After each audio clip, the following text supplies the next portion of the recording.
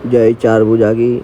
तो गाइस देख सकते हो ये आप 5000 साल पुराना मंदिर है ये।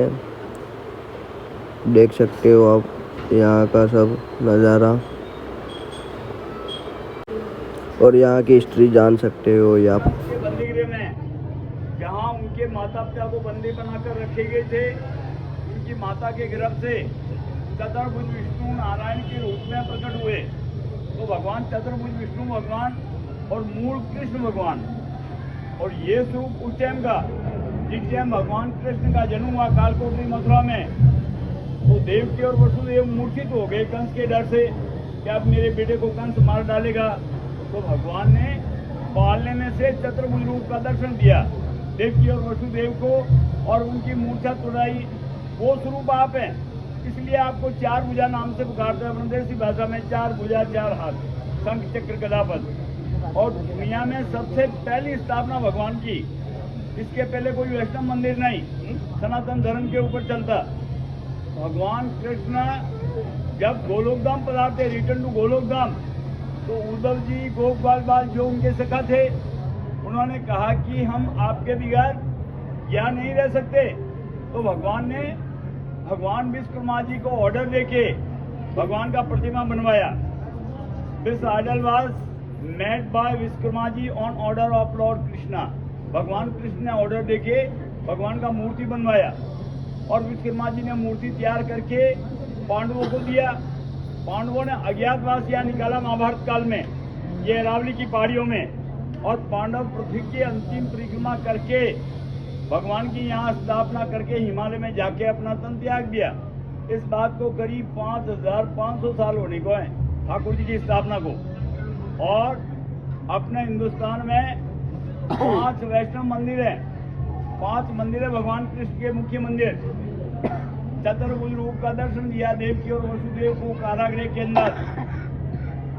तो चार भुजा गिरिराज उठाया श्रीनाथ जी, काल यवन को मारना था, मुचकन को जगाना, रण छोड़ के भगे रणछोड़ जी डाकोर जी, उड़ीसा जगन्नाथ। रण की टाइम स्नान करने गए बहन सुभद्रा जी बलदाव जी साथ में, और राजा बन गए, राज किया तो Dwarkadhish.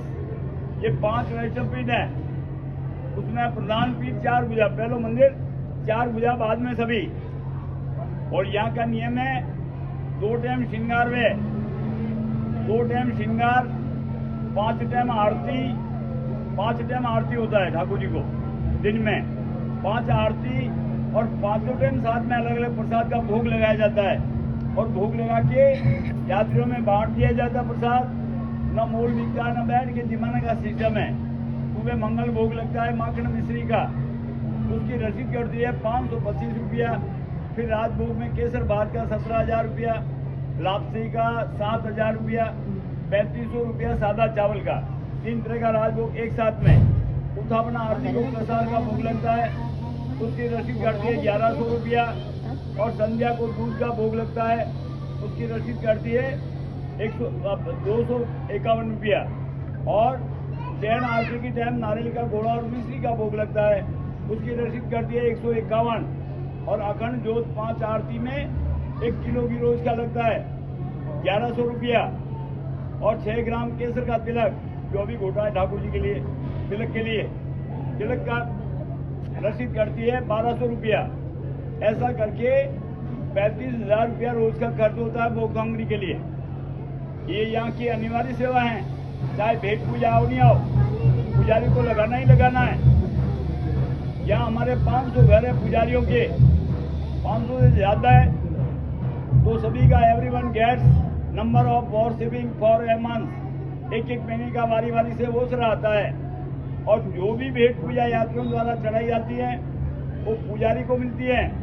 What ever offered by the travellers goes to the priest, जो पुजारी को मिलती है।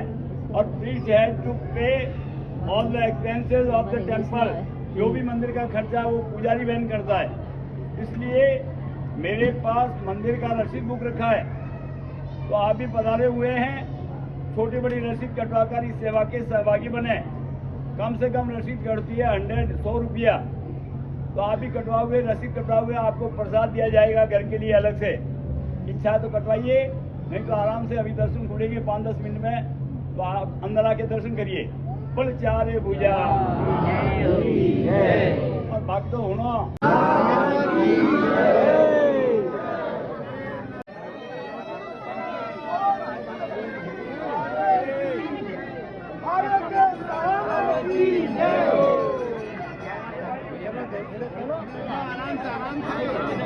चार भुजानाथ की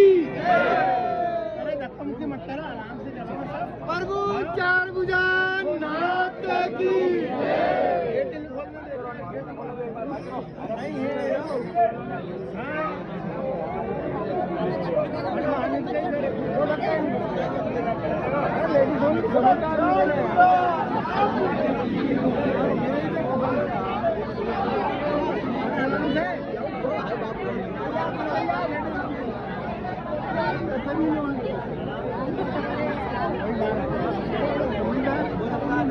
धीरे धीरे जाओ,